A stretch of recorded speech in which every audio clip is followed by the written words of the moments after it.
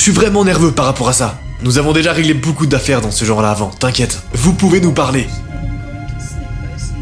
Mec, elle veut vraiment pas nous dire ce qu'il se passe. C'est parce qu'elle est sans doute en panique en ce moment.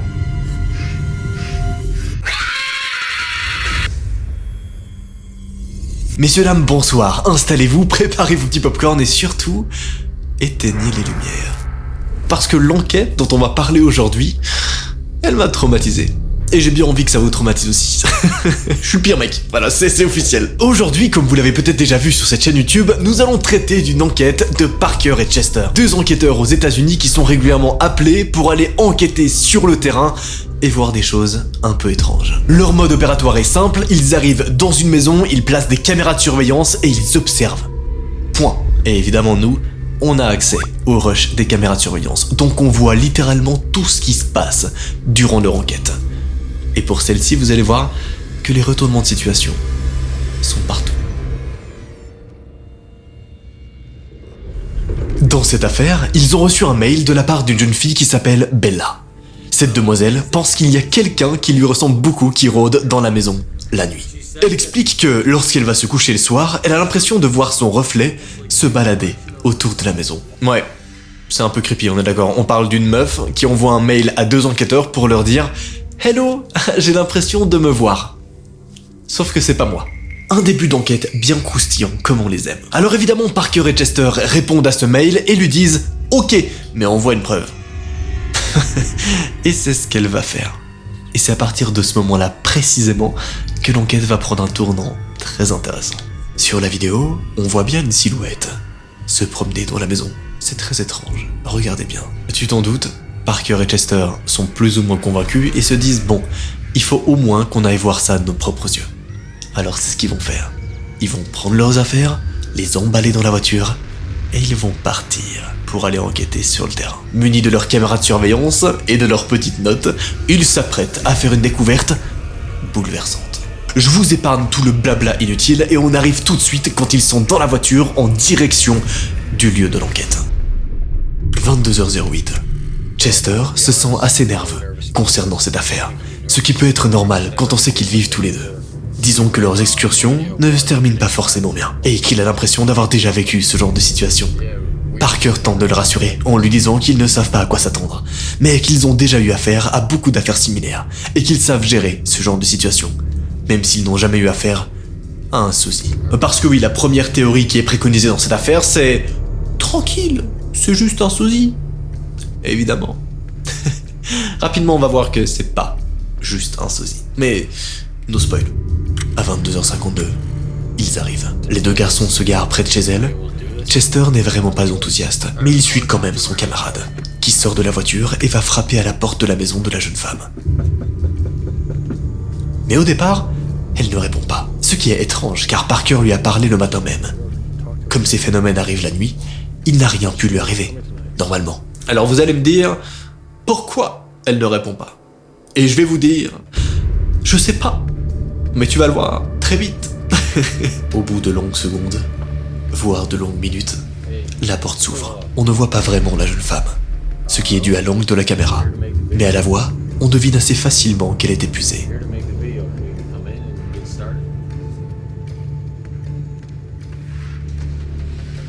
Mais il finit quand même par les faire entrer.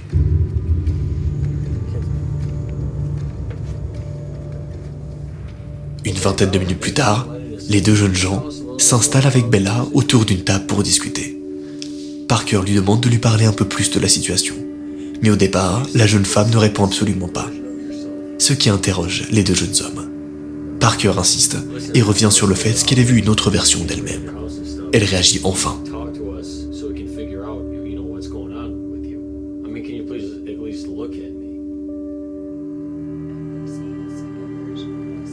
Oui, la jeune femme nous confirme à ce moment-là qu'elle a en effet vu une autre version d'elle-même. Très perturbant, n'est-ce pas? À savoir, on pourrait se demander si elle pleure ou non. Mais ça se sent qu'elle est effrayée. Parker essaie de lui faire comprendre qu'elle doit leur parler pour qu'ils puissent comprendre ce qu'il se passe et poser leur caméra dans la maison. Elle répond presque par automatisme, elle voit son reflet quand elle va se coucher.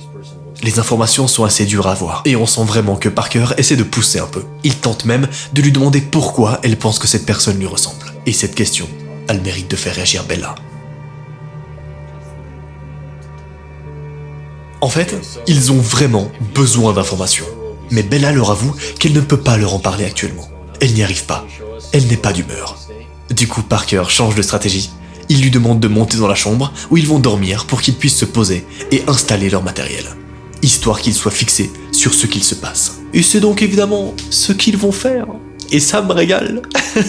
Comme à chaque enquête, d'ailleurs si t'as pas vu les précédentes, n'hésite pas, voilà les miniatures s'affichent juste ici, t'as juste à cliquer sur ma chaîne YouTube et tu peux taper toute une soirée où tu regardes toutes les petites enquêtes qu'on a menées ensemble. Bref, comme à chaque enquête, ils vont prendre leur caméra de surveillance et ils vont les fixer partout dans la maison, afin de comprendre qu'est-ce qu'il se passe. Est-ce qu'il y a vraiment un sosie de cette meuf qui se balade? Est-ce que c'est une mise en scène? C'est quoi ce bordel? Est-ce que c'est un fantôme? Est-ce que c'est un esprit? C'est quoi les bails? Voilà, ils veulent le savoir. C'est bon pour vous? 23h22. Installation. Une fois dans leur chambre, les deux garçons discutent. Parker en vient à la conclusion qu'elle a vraiment peur, et que c'est pour ça qu'elle ne veut pas leur parler. Chester ne le sent pas, mais il décide quand même de poser les caméras. Il faut qu'il découvre ce qu'il se passe dans cette maison. Des caméras sont posées stratégiquement dans toute la maison afin de voir les angles les plus intéressants. Et ceux qui pourront montrer le plus de choses aussi. Ils vont aussi demander à Bella s'ils peuvent en mettre une dans sa chambre. Ce qu'elle accepte. Aux alentours de minuit et demi, ils sont prêts. Tout est ready. Ça veut dire prêt en anglais, si jamais. Chester lui s'inquiète, parce qu'elle est assise sur son lit et elle ne bouge pas. Mais ça n'inquiète absolument pas Parker. Alors il laisse tomber et les deux vont se coucher.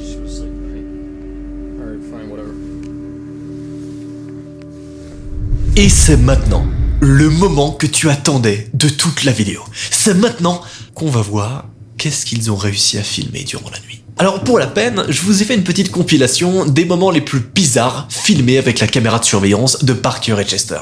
Et vous allez voir qu'il y a des trucs vraiment chelous. 1h16. Les deux garçons se sont rapidement endormis. Mais Bella, elle, est toujours assise sur son lit. Pas étonnant qu'elle soit épuisée si elle ne dort pas. Mais alors qu'elle est dans cette position depuis un moment, elle se met à bouger. Elle se met au sol et regarde quelque chose sous son lit, comme si ça avait attiré son attention. Elle s'enfonce sous son lit au point où on ne voit que ses jambes dépassées. Complètement conscients de ce qu'il se passe, les garçons, eux, sont parfaitement endormis. Je trouve ça fou. Voilà, ils sont tranquillement en train de dormir pendant que Bella, elle, est en train de faire un truc très bizarre sous son lit. Mais qu'est-ce qui se passe, hein? Tu vas très vite le savoir. 1h29. Bella est sortie de sa chambre. La porte est encore ouverte. Mais quelques secondes plus tard, elle est là, assise sur le sol, la tête entre les mains. Elle reste au sol un petit moment, presque une demi-heure, avant qu'elle bouge à nouveau. Elle se déplace, à quatre pattes sur le sol. Ce qui est très bizarre, c'est qu'elle se déplace à quatre pattes sur le sol. Il y a zéro vanne, regardez à quel point c'est creepy, bordel. C'est quoi ce truc? Qu'est-ce qui se passe? Elle ne s'endort toujours pas. Elle se réinstalle sur son lit, puis de nouveau sur le sol, avant de ressortir, 1 heure plus tard.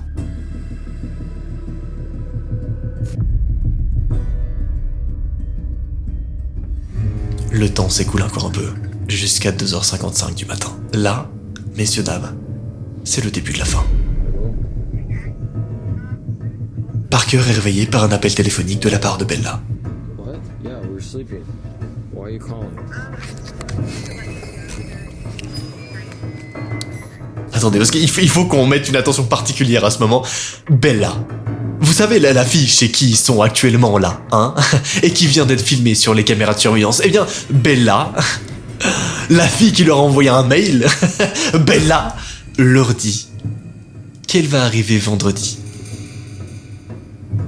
Ok, je sais pas si vous réalisez ce qui est en train de se passer actuellement, nous sommes évidemment pas vendredi, qui veut dire que là, ils sont chez Bella, mais que Bella, celle qui a envoyé le mail, n'est pas là. Alors la question se pose tout de suite. Qui est actuellement dans la maison si ce n'est pas Bella? Qui est cette personne filmée sur les caméras de surveillance? Chez qui ils sont arrivés, bordel? Et surtout, pourquoi la personne ressemble comme deux gouttes d'eau à Bella? Parker ne comprend pas. Comment ça elle rentre vendredi? C'est quoi cette histoire? Il ne comprend pas et il lui explique qu'ils sont actuellement dans la maison et qu'ils filment déjà et qu'elle pourrait simplement venir les voir dans leur chambre.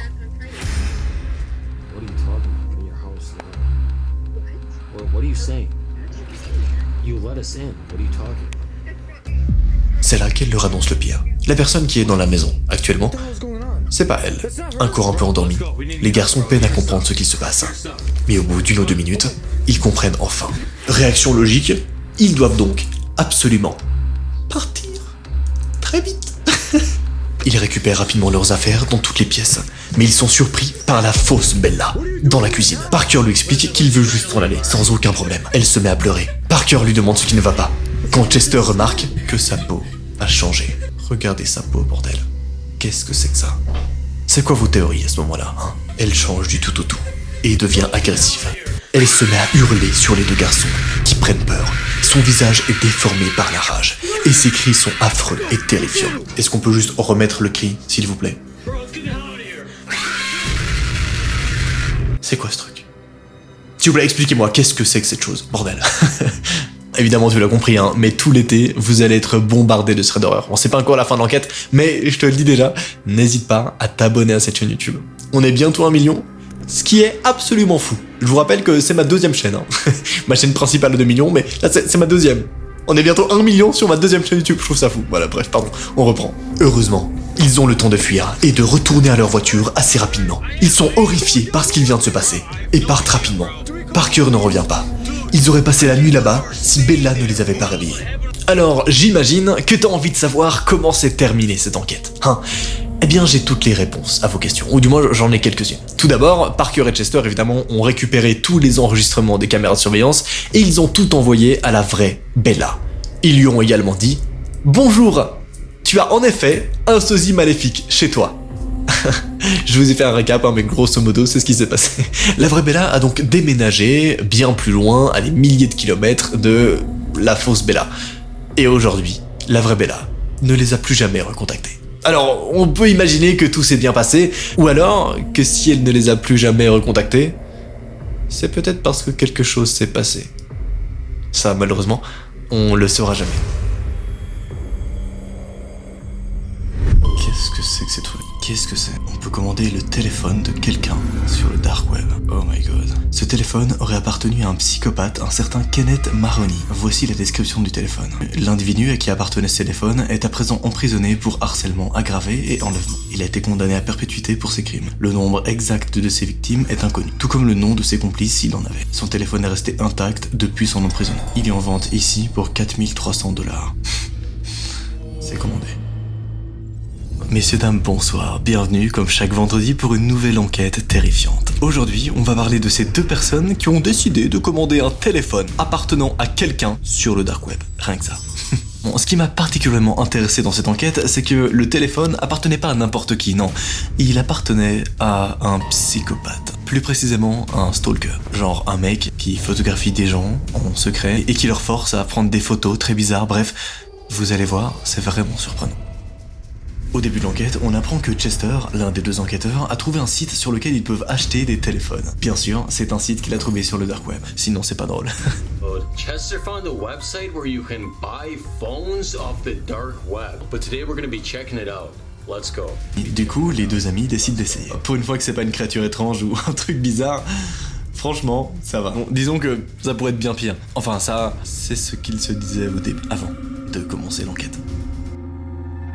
En arrivant sur le site web, ils sont assez sûrs qu'il y a quelque chose de bizarre avec ces téléphones. Et c'est donc ce qu'ils ont décidé de vérifier. Je vous épargne les petits détails inutiles et on va directement commencer dans le vif du sujet. Il est 23h07 quand ils décident de commander le téléphone. Comme à leurs habitudes, ils s'installent dans la chambre avec leur ordinateur pour fouiner sur ce fameux site. Tout de suite, on remarque que les téléphones ont un passé. Ils ne sont pas neufs et ils ont appartenu à des gens. Déjà là, on comprend rapidement le concept de ce site web qui consiste à vendre des téléphones qui appartiennent à des gens qui se sont fait emprisonner. Et donc c'est bien connu, mais quand tu fais emprisonner, parfois tu dois donner ton téléphone, tu n'as plus accès. Ce qui veut dire que parfois, on a des petites surprises comme on peut retrouver, par exemple, la galerie et toutes les photos des gens qui ont été emprisonnés. This is the site. So it looks like most of these phones have a backstory. I don't know if these phones were owned by criminals or used for a specific purpose. Wait, check out that phone. It looks like it was owned by a convicted stalker. Ils arrivent rapidement à la conclusion que ces téléphones doivent vraiment avoir une histoire spéciale pour qu'ils soient vendus sur le dark web. Ils ont peut-être même appartenu à des criminels ou été utilisés pour des mauvaises raisons. Chester repère tout de suite un téléphone qui a apparemment appartenu à un harceleur connu, un certain Kenneth Maroney. C'est le téléphone qu'on a vu à l'introduction. La description, vous la connaissez. En gros, il dit que le téléphone a appartenu à un psychopathe qui avait des tendances à stalker les gens. Genre, il prenait des gens en photo secrètement. This phone is untouched since his imprisonment. Dude, I don't know about ordering this thing, bro. Sounds like he's a bad guy. Yeah, obviously, dude. Did you hear what I just read? We have to get this phone then. Why do we have to get this phone? Listen, we don't know if he has any other victims. His phone could point us in the right direction. I just don't think that this phone is gonna have the kind of stuff that we want to see on it. Don't you want to make sure that whatever he was doing, he's not still doing? Tout ça semble quand même très sérieux. Parker ne sait pas vraiment si c'est une bonne idée de commander ce genre d'objet. Faut dire qu'il appartenait quand même à un type pas très fréquentable. Mais Chester, lui, voit le bon côté de la chose. Le téléphone a appartenu à un criminel dont le nombre de victimes n'est pas encore connu. Il se pourrait que son téléphone délivre de nombreux indices sur le sujet. Et il n'a pas tort. Vu que le téléphone n'a pas été touché ni fouillé depuis son arrestation, évidemment, les deux amis sont pas du même avis. Chester, lui, il pense vraiment que avec ce téléphone-là, il pourra peut-être même enquêter sur une histoire criminelle et peut-être même retrouver d'autres victimes que le gars avait. Enfin bref, lui, il pense faire une vraie enquête autour du téléphone. Alors que son ami Parker, lui, il a juste peur d'être dans des embrouilles. Alors Chester essaie de convaincre Parker que ça serait une bonne chose d'acheter ce genre d'objet. Et puis, l'un comme l'autre ne sont sûrs de rien concernant ce téléphone. L'un joue la prudence, alors que l'autre joue la carte de la justice. En vrai, pour la première fois dans ce genre d'enquête, je comprends les deux points. Je sais même pas à leur place qu'est-ce que j'aurais fait. Je pense que déjà de base, je serais juste pas allé sur le dark web, en vrai. Oh, dude, I'm not sure. Dude, come on, I really want to get this phone. I mean, something feels really wrong about this. Okay, let's get this phone. Parker a de très bons arguments, comme le fait que ce téléphone devrait se trouver entre les mains de la police, en fait. I don't even know how this phone got on this site. I thought the police would confiscate it. Mais Chester ne lâche pas l'affaire, et au final, ils le prennent. C'est là que Parker bloque. Il voit le prix. Dude, it's $4,300. Well, That's like 4 iPhones, dude. it could be worth that much. We don't even know if this thing is gonna turn on. Le téléphone coûte $4 300. C'est à peu près 4 000 €. L'équivalent de 4 iPhones. En plus, ils ne sont même pas certains qu'il s'allumera. Le téléphone date de 2012. Bon, ils râlent, mais ils finissent quand même par le prendre. Ils n'en reviennent pas d'avoir payé $4 300 pour un téléphone. Just paid $4,300 for a phone that probably costs $20. Do you think there's gonna be anything interesting on this thing? Yeah, dude, look who owned it. I'm just saying, for all we know, the phone could not turn on. It could have been cleared. We don't know, dude. Il est persuadé que ce téléphone ne donnera rien. Mais en réalité, c'est qui tout double. Si jamais il trouve des informations intéressantes pour la police, ça peut être génial pour eux. À condition qu'ils utilisent tout ça à bon escient, bien évidemment. Encore une fois, on va skipper quelques détails inutiles de l'enquête et on va arriver jusqu'au moment où le téléphone est livré chez eux. Voici ce qui se passe. Okay, so it's almost midnight. Apparently the box got here. I got a text on my phone, so let's go check this out. 2 jours plus tard, à 23h52, une heure tout à fait normale pour livrer un téléphone, Parker a reçu un message, comme quoi le colis aurait été livré. Et effectivement, il y a un colis trempé devant la porte de la maison. Okay, so this is the box. If I'm being honest with you, this thing is just soaked. I don't know if you guys can see that. I don't know why a box supposedly containing a phone would be this wet, but let's open this thing up and see what the phone looks like. Pourquoi tremper? Aucune idée. Même eux ne savent pas pourquoi il est humide à ce point. Et en plus, ça a l'air d'avoir une odeur particulière, comme une odeur d'asperge. Et vous savez, c'est pas l'odeur la plus agréable au monde, hein. Le colis est énorme pour un simple téléphone. Et à l'ouverture, il semble rien avoir dans le colis. Jusqu'à ce que... Wait. Here it is. Kenneth, why is this thing covered in duct tape? Maybe to preserve it? Ouais, le téléphone est enroulé dans du scotch blanc épais qu'ils mettent un moment à découper. Et oui, mis à part cet emballage un peu bizarre, ça reste un téléphone complètement basique, hein. Tout simple, comme on pouvait en trouver dans les années 2010-2012. C'est presque décevant. Il y a vraiment rien de spécial sur l'objet en lui-même. Bref, ils essaient de l'allumer. C'est là que ça devient intéressant. Oh, it turns on. Turns on, yeah. Oh, it looks like it's already unlocked. Okay. So, okay, we're in. So, what app do you want to check out first? Let's check out notes. Une application attire tout de suite l'œil sur le menu du téléphone.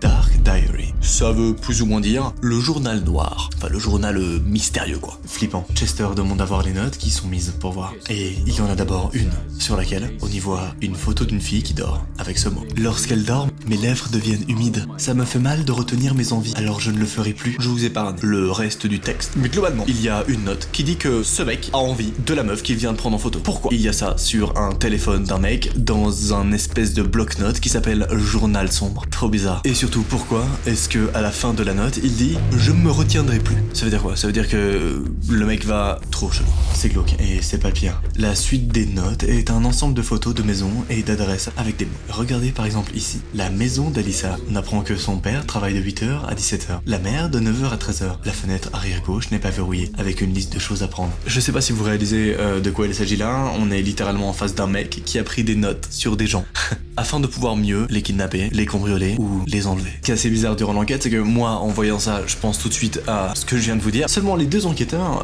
n'en ont pas vraiment confiance encore à ce moment-là. Let's just like look at his photos or something. Dude, his photo roll just looks like it's a bunch of pictures of people sleeping and pictures of people through windows. Il décide d'ouvrir les photos et ça devient encore plus glauque. Ce ne sont que les photos de personnes qui dorment. Sans doute les personnes qu'il a enlevées ou qu'il prévoyait d'enlever. I don't think these people knew that he was taking these pictures. Why would he do that? Ces personnes ne devaient pas savoir qu'elles étaient prises en photo. Les deux garçons sont en train de réaliser de quoi il s'agit. Parker est dégoûté. Il pourrait se rendre malade. Chester est choqué. Il ne s'attendait pas à ça. Mal à l'aise, il décide d'aller voir autre chose. Sans surprise, il décide de continuer l'enquête, de continuer à explorer ce téléphone bizarre qui appartenait à un psychopathe. Et là, ils arrivent dans l'espace où on trouve les contacts. Code his contacts.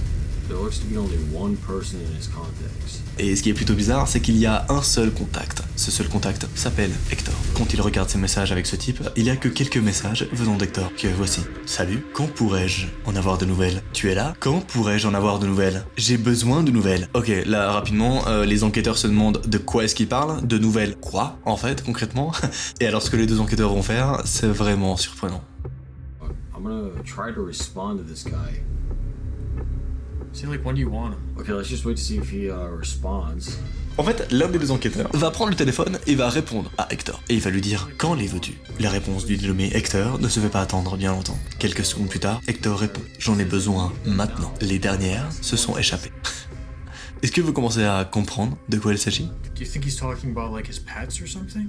I don't think he's talking about pets, dude. Well, he's clearly not a good owner if they ran away. Les deux enquêteurs se demandent toujours est-ce qu'ils sont vraiment en train de parler d'humains? Est-ce qu'ils parlent d'animaux? Qu'est-ce que c'est que ce bordel? Ce qui est sûr dans tous les cas, c'est que Hector est lui aussi vraiment creepy et qu'il semble pas du tout être en prison. Et sincèrement, je commence à avoir quelques idées de ce que ça pourrait être, vu ce qu'il y a dans le téléphone. Mais je préfère préserver un peu mon innocence, là, maintenant. I don't think he's talking about pets. Chester demande s'il parle de ses animaux de compagnie. J'aimerais bien, mais je pense que c'est bien moins moral et bien plus lugubre que ça. Alright, so I think we should try to get this guy to meet up with us, just to see if he's a creep or something. And if we think he's up to something, maybe we can just call the police over that. Parker semble plus lucide, mais Chester reste enfermé dans son truc, comme s'il ne voulait pas voir la vérité en face. Il propose d'essayer de voir ce type pour avoir des informations. Et s'il est louche, ils appelleront la police. Parker a conscience que ça peut arriver en tout cas. Alors là, ils vont faire un truc que je n'aurais jamais osé faire.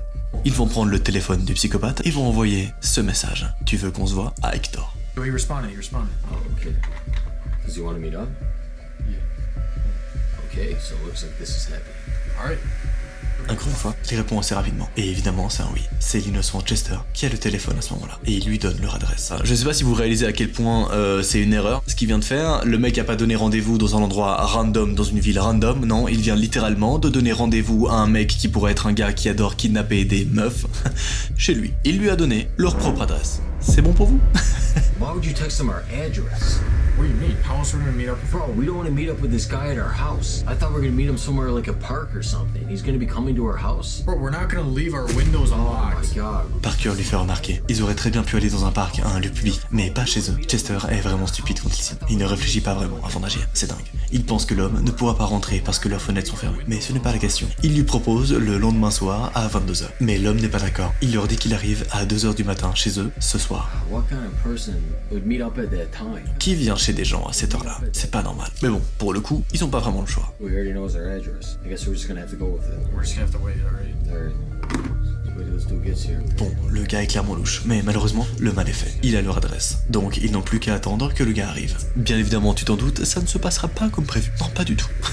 Il est 2h07 du matin quand quelque chose se produit.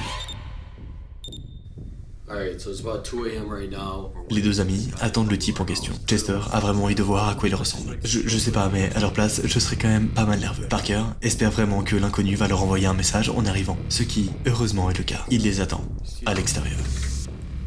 Is he there? Dude, he's backing up right now. Where is he? What? Let's go buy his car, dude. Let's go. Okay.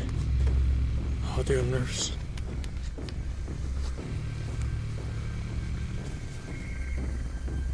Oh, dude. It's freaking me out. That's it. Les deux garçons sortent avec leur caméra, on sait jamais. Chester admet enfin qu'il est nerveux. L'homme sort de sa voiture, il porte une casquette qui cache son regard, mais son sourire en dit long sur ses intentions malsaines. Why do you have leashes with you? Where are they? Where's who? Il s'approche d'eux, les deux amis commencent à être sérieusement nerveux. Il a une laisse avec lui, avec 2 colis. C'est quoi ce délire? Puis une voix basse et effrayante. Il leur demande où est-ce qu'elles sont. Comment ça, mon ref? Dude, look at this guy's trunk. What do you expect me to get here? Where are they? Whatever you want, we don't have. You should just get out of here. I think you need to leave our house. Without what? Yo, is he okay? I don't know what's wrong with them. Les deux garçons sont interloqués, ils ne comprennent pas. Plusieurs fois, l'homme leur pose la question, de plus en plus agressif. Mais Parker lui fait bien comprendre qu'ils n'ont rien et qu'il ferait bien de partir. L'homme se prend la tête entre les mains, comme s'il retenait sa colère ou je ne sais quoi. C'est là qu'il finit par péter un câble, il se met à hurler et à leur courir après. Effrayés, les deux amis se réfugient dans leur maison et lui ferment la porte au nez. Let's go, dude. We gotta call the police. Still up? Yo, you get the back door.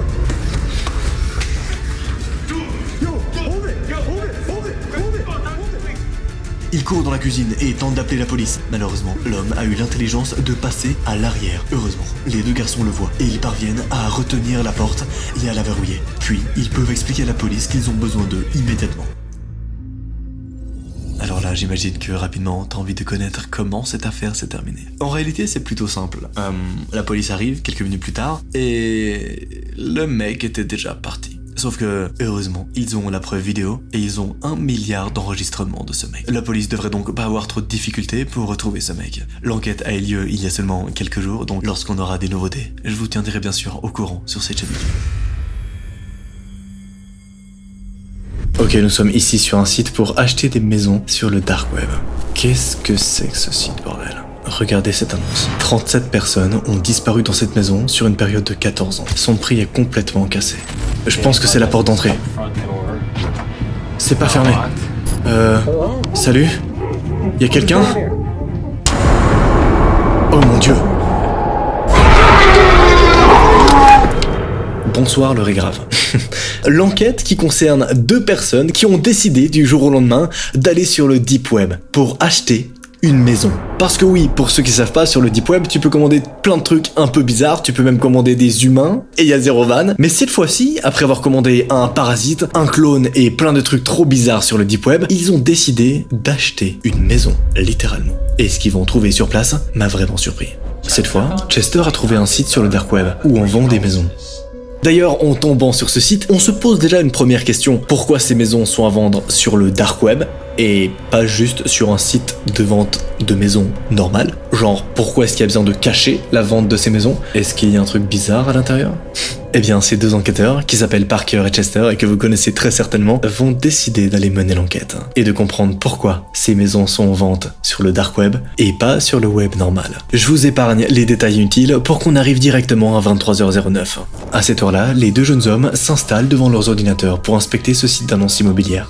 La plupart de ces maisons ont l'air tout à fait normales, vraiment. Pourquoi sont-elles vendues sur un tel site alors? C'est pas logique. Surtout que on est sur le dark web, bordel. Il y a que des trucs bizarres normalement en vente là-dessus. Chester est persuadé que ces maisons cachent quelque chose de beaucoup trop cool pour être vendues normalement. En même temps, Chester est toujours très enthousiaste sur des choses un peu étranges. Bref, ils font le tour des différentes maisons. Quand on regarde les prix, les maisons ne sont pas vraiment chères, comme si elles étaient bradées. Parker s'arrête un peu sur les noms, qui sont trop obscurs pour de la vente régulière. Jamais on ne trouverait ce genre de nom dans une agence immobilière. Mais Chester est certain que c'est parce qu'elles ont des fonctionnalités que des maisons ordinaires n'ont pas. Bon, il y en a quand même une qui s'appelle littéralement le nid des rats. C'est bon pour vous? C'est pas très avenant, et on se demande ce qu'on y trouvera. Bref, Chester demande à voir la première maison, celle de Jeffries, qui a l'air plutôt bien. Il est annoncé que la maison a été construite en 1879. Elle possède 7 chambres et 3 salles de bain. En fait, elle fait en tout environ 500 mètres carrés. 500 mètres carrés, c'est énorme, bordel. Forcément, Chester se voit déjà vivre. Mais les photos ne sont pas très avenantes, bien au contraire. Elles ne font pas du tout envie, et même Parker le dit. Mais Chester ne lâche pas l'affaire. Il fait déjà des aménagements dans sa tête. Même mettre des lits superposés pour qu'il puisse dormir avec Parker, qui n'est pas très chaud en réalité. Bon, ils se prennent légèrement la tête avant de lire la description de la maison. La description, je vous préviens, elle est plutôt bizarre. Elle commence de la manière suivante. 37 personnes ont disparu dans cette maison sur une période de 14 ans. La maison appartient à monsieur Jeffries. Elle a été jugée inappropriée pour une habitation humaine après que la police y ait trouvé des trappes, une série de tunnels dans les murs menant aux chambres des invités. La police a tenté de questionner monsieur Jeffries, mais il n'a jamais été retrouvé. En dessous de la description, on voit un truc qui est aussi plutôt surprenant. Il y a écrit « Note, nous ne sommes pas responsables des blessures ou de la mort résultante de votre achat. » Comment ça, mon ref? Bon, on va pas se mentir, l'affaire a à peine commencé, mais je la sens plutôt mal, hein. Une photo de monsieur Jeffries a également été trouvée, et en fait, il fait un peu peur, on va pas se mentir. Ils disent qu'il a 39 ans, mais il en fait le double. Et il est cadavérique. Il ressemble à un personnage de Tim Burton. Pire, il semble dangereux. Parker met le doigt dessus. Surtout qu'il n'a jamais été attrapé par les autorités. Donc là, il s'apprête à acheter une maison d'un mec qui est recherché par les autorités. Et ça choque personne, genre. Chester tente de prendre sa défense, surtout en disant qu'il garde sa maison propre. Mais ce n'est pas le cas. En réalité, on a vu les photos et la maison est dégoûtante. Mais Chester ne perd pas le nord. Il promet de tout nettoyer. Il demande même à Parker de lui avancer de l'argent. Pour lui, cette maison est un investissement. Et la retaper pourrait vraiment être cool.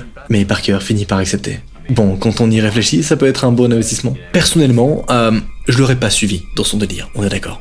Bref, ça y est, ils achètent la maison. Plus qu'à attendre le mail avec l'adresse, qui devrait arriver au bout de quelques temps. Chester est vraiment très emballé par ce qui se passe, et pense même passer la nuit sur place sur un matelas, ce qui ne semble pas enchanter Parker.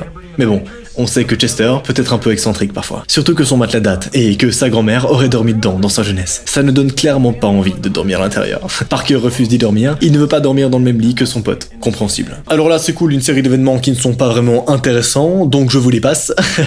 Jusqu'à ce qu'on arrive 2 nuits plus tard. Ils reçoivent l'offre. Et l'offre est positive. Le rachat a été validé. Ils sont alors immédiatement partis, ont pris leur caméra, leur microphone, et sont partis enquêter sur cette maison bizarre du Deep Web. 22h34, sur la route. Les deux amis roulent vers leur maison. Bah ouais, ils l'ont achetée, elle leur appartient. Ils ont 5 heures de route. Alors Parker espère vraiment que l'endroit est assez propre pour qu'ils y dorment. Ils ont regardé, il n'y a pas d'hôtel aux alentours. Cette maison est au milieu de nulle part. Chester a rapporté son matelas, mais Parker, lui, répète qu'il ne dormira pas avec lui. Minuit 8, à l'extérieur de leur nouvelle maison. Ils sont enfin arrivés. Chester est excité comme une puce. Il trouve l'endroit amusant, mais en réalité, il est délabré et effrayant. Alors oui, la maison est énorme, mais Parker rappelle qu'il n'y a pas de maison autour et qu'ils sont seuls. D'ailleurs, notez cet élément pour la suite, il n'y a aucun voisinage, rien du tout. Ce qui veut dire que s'il se passe une dinguerie, eh bien, ils sont seuls à être au courant. Personne ne peut venir les secourir. Bon, Chester est tellement à fond qu'ils finissent par descendre de voiture pour aller voir. La maison est vraiment en mauvais état. Il y a des trous dans le plancher, ce que Parker remarque tout de suite. Chester fait preuve d'une mauvaise foi assez évidente devant l'état de la maison, allant jusqu'à dire que les fenêtres ne sont pas nécessaires. Vraiment, la maison n'est pas habitable en l'état, même si Chester essaie de le nier par tous les moyens. D'ailleurs, élément plutôt bizarre, la porte d'entrée est déverrouillée. Genre, ils ont même pas besoin de clé pour rentrer dans la maison, bordel. Enfin,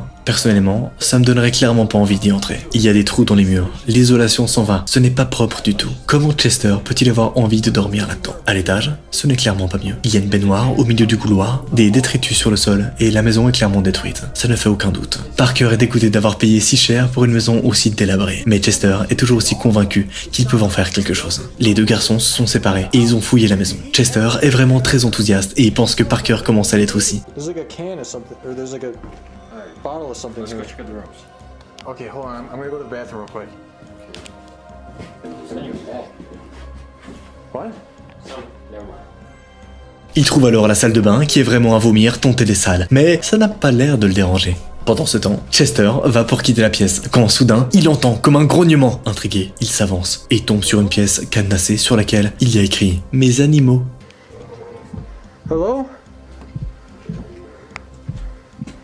Je sais pas si vous réalisez ce qui se passe à ce moment-là de l'enquête, on est sur 2 personnes qui ont acheté une maison du Deep Web, et lorsqu'ils entrent dans cette maison et qu'ils commencent un peu à la fouiller, il y a une pièce sur laquelle il y a un cadenas, sur lequel il y a écrit « Mes animaux ». T'es en train de me dire que la personne qui a vendu cette maison avait encore des animaux à l'intérieur, enfermés dans une pièce? Trop bizarre. Il essaie alors de tirer sur la chaîne, mais évidemment ça ne fonctionne pas. Il trouve un pied de biche par terre, et avec, il parvient à arracher la chaîne et à déverrouiller la porte, qui donne sur un escalier qui descend. Mais le grognement qu'on entend n'est pas très rassurant. De son côté, Parker trouve toujours cet endroit creepy, et c'est compréhensible. Il n'y a que Chester pour apprécier ce genre d'endroit.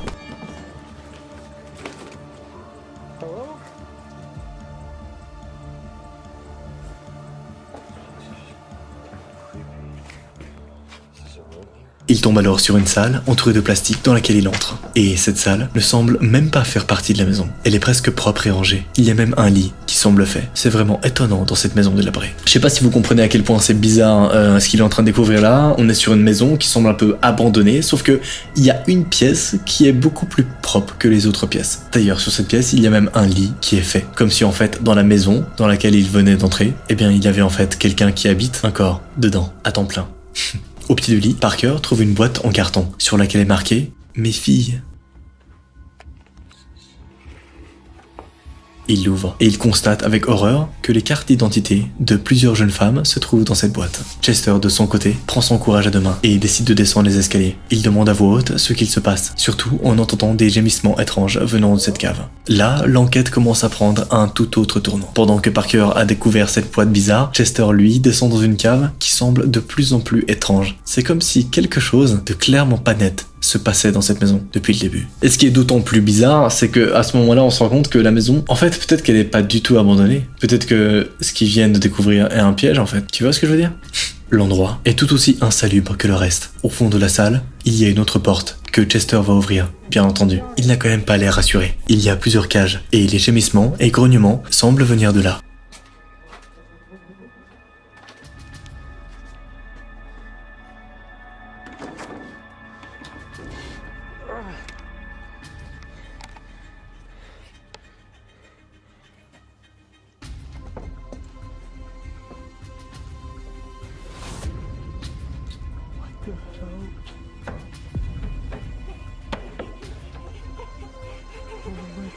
Les cages sont cadenassées. Quand il s'approche de l'une d'entre elles, on peut y voir une femme. Elle est enchevelée. Visiblement, elle a viré dans la folie vu son sourire malsain. Est-ce une des filles dont la carte est dans la boîte qu'a trouvé Parker? Sans doute. Sauf que Chester, à ce moment-là, eh bien, il ne sait pas que Parker, lui, vient de trouver une carte remplie de cartes d'identité de jeunes filles. Chester n'en croit pas ses yeux. La femme dans la cage pointe le mur du doigt en murmurant le mot « clé » et avise une petite clé accrochée à un clou sur le mur. Parker continue son exploration. Il voit un mur où sont accrochés des papiers. On dirait des dessins d'enfants à vue d'œil, mais ça a l'air plus compliqué que ça. Plus subtil, sur la majorité des papiers, on voit marqué « ha ha ha » comme un rire malsain. Il y a quelques petits dessins ou d'autres mots comme « moche » ou « blessé ». Il y a des bonhommes qui pleurent avec des armes. C'est dérangeant comme vision. Plus dérangeant encore, sur l'un des dessins, la peinture est encore humide. Là, c'en est trop pour Parker, qui réalise clairement que... en fait, il y a quelqu'un dans la maison. Et la personne, elle habite dans la maison depuis un moment. Et elle n'a clairement pas quitté les lieux. Ou alors elle les a quittés il y a genre 15 minutes. Tu vois ce que je veux dire? Il fait tout de suite demi-tour et appelle Chester. Chester, lui, est toujours dans la cave. Il prend la clé et s'avance vers la cave. La femme s'éloigne, peut-être par peur, mais on entend son excitation. Malheureusement, la voix de son ami va le faire sursauter. Et il fait tomber la clé devant la porte de la cage. Il ne prend même pas la peine de la ramasser. Non, il va se précipiter à sa rencontre sans libérer la prisonnière. Il retrouve son ami en haut des escaliers. Parker lui dit que quelque chose vit dans cette maison. Chester confirme en affirmant qu'il a trouvé une SDF dans la cave, enfermée dans une cage. Et il n'y a pas qu'une personne, ce qui choque Parker. Forcément Parker qui pense que Chester lui fait de mauvaises blagues. Mais non, Chester lui propose même de descendre pour qu'il puisse voir par lui-même. Ce qu'il fait, il a vraiment du mal à y croire. Et il se demande à plusieurs reprises si son ami ne se moque pas de lui. En arrivant dans la pièce, on constate rapidement un truc plutôt effrayant. Les cages sont vides. Elle n'est plus là. Chester jure qu'il y avait 2 personnes, une dans chaque cage, qui avait toute l'air de personnes sans abri. Parker n'y croit pas. Pourquoi y aurait-il des personnes enfermées dans des cages? Franchement. Non mais il a vu plus cringe. Pourquoi il doute toujours de la parole de Chester? Chester lui dit que les personnes ont dû prendre la clé pour sortir. Parker lui reproche de lui faire des blagues, alors qu'il se sent assez mal à l'aise comme ça. Chester essaie de se défendre comme il peut. Parker ne le croit pas et décide de remonter, suivi par Chester.